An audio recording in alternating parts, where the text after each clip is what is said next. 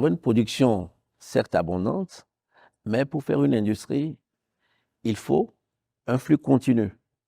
Vous ne pouvez pas dire j'installe une usine de transformation de tomates, elle va tourner au moment des récoltes et puis après elle va s'arrêter. Ce n'est pas possible. Donc, où sont les produits qui vont être envoyés des zones rurales vers la ville où nous voulons créer des emplois?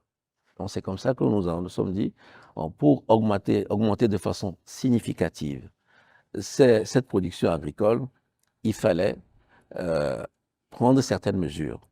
Mais il ne faut pas que c'était surtout, c'est une approche, c'est une méthode. C'est de dire que bon, ce ne sont pas les partenaires financiers qui doivent décider de notre politique agricole ou de nos filières. Ce n'est pas le gouvernement seul dans son coin, mais c'est avec le producteur. Le producteur doit être au centre. Parce que nous avons tenté des expériences avec les agrégateurs. Vous savez, il y a eu quelques expériences assez douloureuses qui ont pris des produits, les paysans étaient livrés à eux-mêmes. Donc nous essayons de corriger tous ces défauts-là en mettant parce que nous avons besoin du producteur. Nous avons le grand projet de l'agropole de Kara, où nous invitons des investisseurs privés aussi.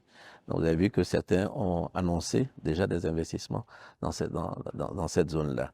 Donc, essentiellement, c'est pour que nous ayons une chaîne de valeur beaucoup plus longue. C'est que non pas exporter nos produits comme le soja, mais les transformer pour que les emplois restent dans notre pays.